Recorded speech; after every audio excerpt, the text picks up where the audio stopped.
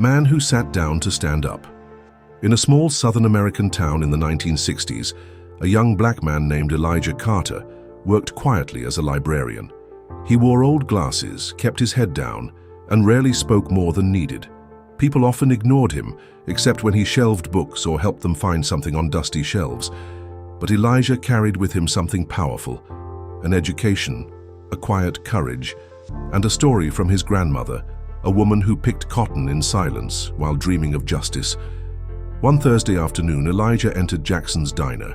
It was a place where his kind wasn't allowed to sit. The sign on the door said, "Whites only." He walked in calmly, dressed in his pressed shirt and tie, and sat at the counter. The place fell silent. The waitress, an older white woman, blinked in disbelief. "You need to leave," she said, her voice trembling. Elijah smiled gently. "I'll wait for my coffee," he replied. She didn't move. No one did. Whispers turned into murmurs. A few men stood up, clenching their fists. One threatened to call the police. He didn't flinch. By the time the sheriff arrived, Elijah had been sitting for 47 minutes. He hadn't eaten. He hadn't shouted. He hadn't raised a hand. They dragged him out. Cameras flashed a local journalist had been tipped off. The next morning, his photo was in the town paper. A young man sitting still, dignified, surrounded by hate. What the town didn't expect was what followed.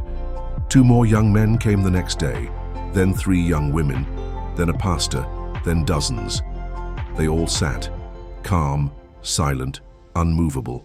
The diner was forced to shut its doors after weeks of sit-ins, not because of violence, but because the seat stayed full with people who refused to rise until justice did. Elijah never raised his voice, never fought back. But his quiet defiance echoed louder than any protest march. Because he sat down, others stood up, and a town was changed forever. Moral: true courage doesn't always roar.